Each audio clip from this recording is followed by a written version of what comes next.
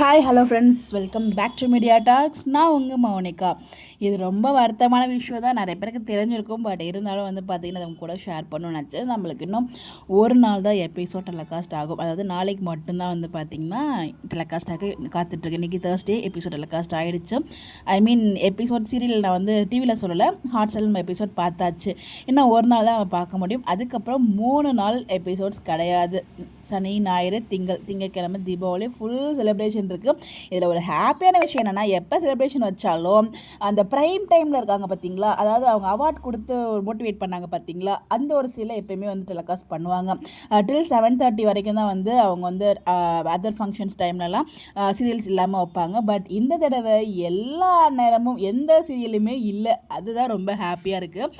எப்போயுமே பார்த்தீங்கன்னா ஃபங்க்ஷன் இருந்தால் நம்ம மகானது இருக்காது, நம்மளுக்கு தெரிஞ்ச விஷயம் தான். பட் இன்னொரு ஹாப்பி, இந்த கெட்டதும் நல்லதுன்னு சொல்லுவாங்க இல்லையா, அதுதான் இது. பட் எனக்கு அந்த சீல்ஸுமே பிடிக்கும். பட் இருந்தாலும் இவங்க பண்ணுறது பார்க்கும்போது தாங்க அவ்வளோ ஒரு வருத்தமாக இருக்குது. ஸோ அவங்களுக்கு மட்டும் ப்ரியாரிட்டி கொடுத்துட்டு மற்றவங்களுக்குலாம் கொடுக்காம இருக்குது எனக்கு கொஞ்சம் வருத்தமாக இருக்குது. எனக்கு ஐயனார் துணை ஸ்டைலாக இருக்கட்டும், திருடி காசி ஸ்டைலாக ஒரு காலத்தில் பிடிச்சது.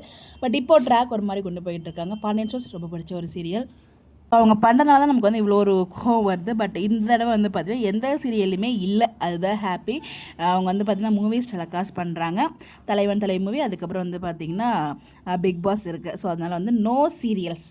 ரொம்ப ஹாப்பியாக இருப்பீங்கன்னு நினைக்கிறேன். பட் எனிவேஸ் 3 நாள் கிடையாது. ரிமைனிங் சீரியல்ஸ் சனிக்கிழமை வரும். பட் இந்த சீரியல் நாளைக்கு ஒரு நாள் மட்டும் தான் வரும். ஸோ எனிவேஸ் 3 நாளுக்கு அப்புறம் திருப்பி நம்ம செல்லக்குட்டிஸை பார்க்க போகிறோம். அது வரைக்கும் என்ன பண்ண போகிறோம், ஏதாச்சும் அப்டேட்ஸ் நமக்கு ஆஃப் ஸ்க்ரீனில் கிடச்சா ரொம்பவே ஹாப்பியாக இருக்கும். இந்த வருத்தத்தை காம்பன்சேட் பண்ணுற மாதிரி பார்க்கலாமே தான் நடக்குதா, எப்படிலாம் போக போகுது அப்படின்னு சொல்லிட்டு.